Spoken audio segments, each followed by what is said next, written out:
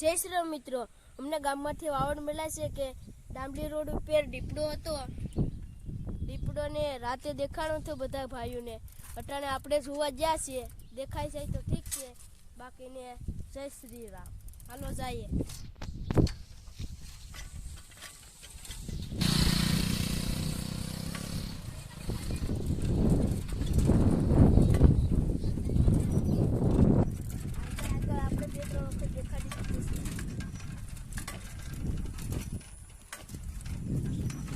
જોઈ લેવા સાંભળેથી દીપડો